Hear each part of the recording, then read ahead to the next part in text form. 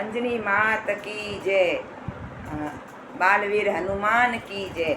अंजनी माँ का व्रत चैत्र मास की शुक्ल पक्ष की 14 या पूनम को ये व्रत करते हैं। इस दिन सब स्त्रियां ये व्रत करती है।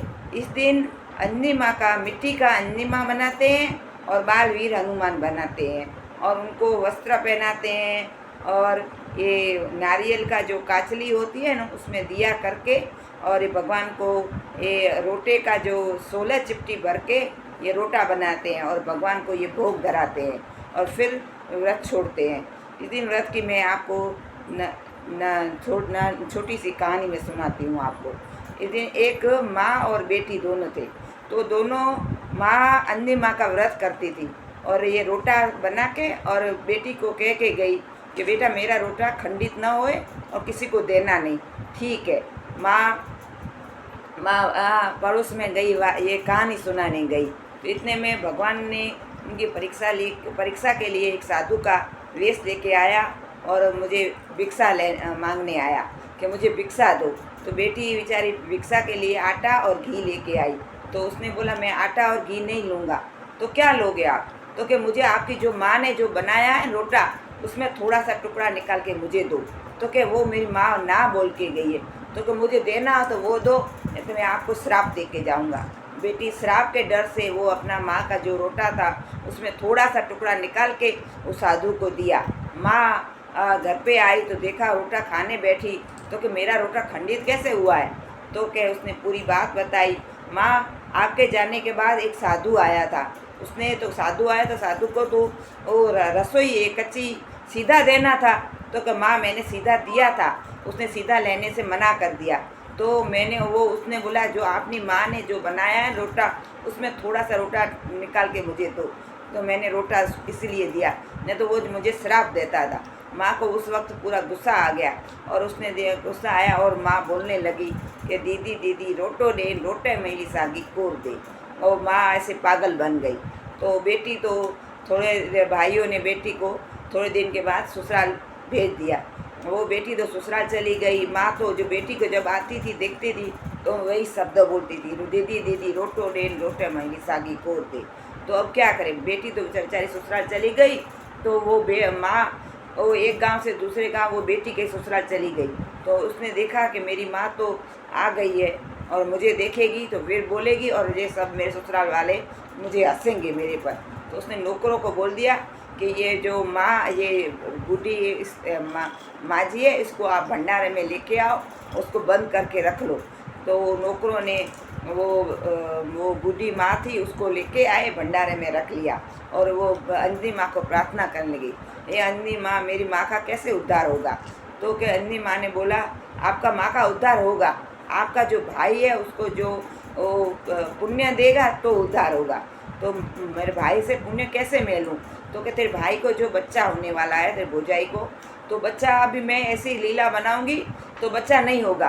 तो तू जाके भाई को बोलना कि मुझे वेद विद्या आती है और मैं जो मांगूँ आप मुझे देना। ठीक है। वो ऐसे कपड़े ऐसे ग्वारन के जैसे कपड़े पहन के वो भाई के गांव गई। गांव के सब लोग इधर उधर ऐसे घूमते थे कि भाई क्या बात है? तो कि भाई सेठ को बच्चा नहीं हो रहा है। तो कि मुझे आता है वेद, तो तुझे वेद विद्या आती है? तो कि हाँ मुझे वेद विद्या आती है। तो कि हाँ वेद विद्या पर एक शर्त है मेरी, आप जो मैं जो आपके पास मांगूँ वो आपको देना पड़ेगा। ठीक है। वो जैसे आई और वो भौजाई के पेट पे हाथ रखा तो उसका लड़का हुआ। लड़का ये बधाई देने लगी कि आपको बधाई हो, आपको बेटा हुआ है, पर शर्त के मुझे आपको मुझे कुछ देना पड़ेगा। तो कि ठीक है भाई लो ये हार दो। तो कि हार नहीं चाहिए मुझे, मैं जो मांगूँ वो आपको देना पड़ेगा। ठीक है। तो वो बोला कि क्या दूँ? तो क्या तू मेरा भाई है, मैं तेरी बहन हूँ, अपनी माँ को पुण्य देना है।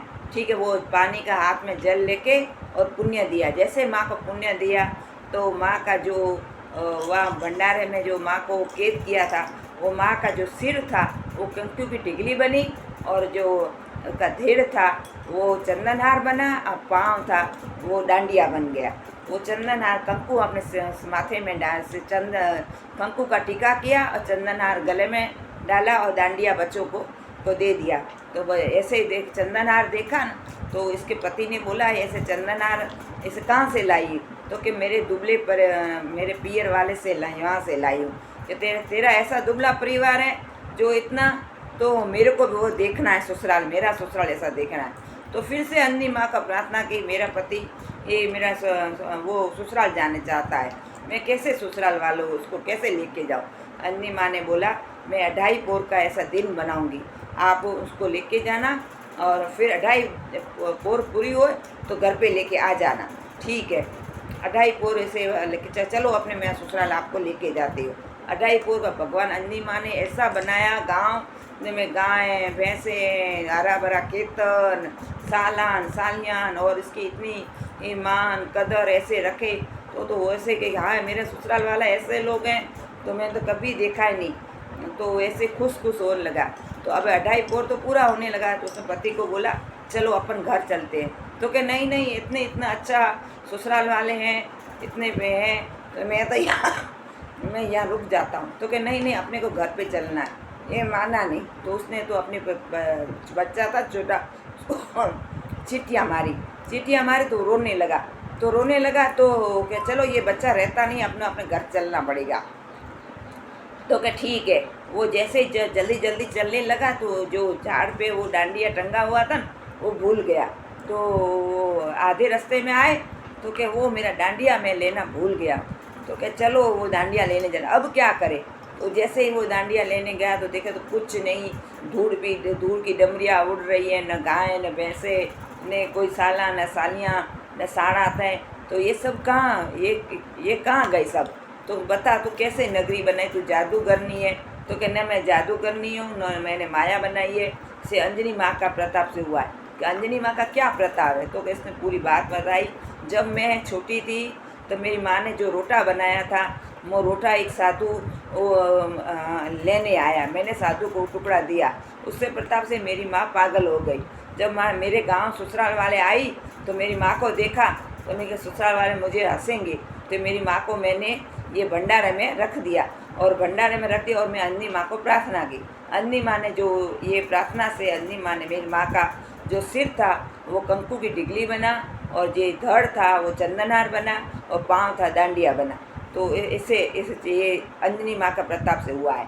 तो कि भाई अंजनी माँ का जो व्रत सब अपने इसको विधि विधान से, और ये जो 16 चिपटियाँ से जो बनाते हैं रोटा, वो खुद को ही खाना और अपने बच्चों के साथ खाना, और किसी के साथ शेयर नहीं करना। तो ये इस व्रतापरता से भगवान अन्नी माँ उनको प्रसन्न हुई। ये रोटा हम जो खाते हैं उसमें थोड़ा सा टुकड़ा रखते हैं, वो दूसरे दिन खाते हैं, कि वो दूसरे दिन ठंडा पेट करते हैं, कि 12 महीने हमारा ठंडा पेट रहे, हमारी बच्चों की रक्षा रहे।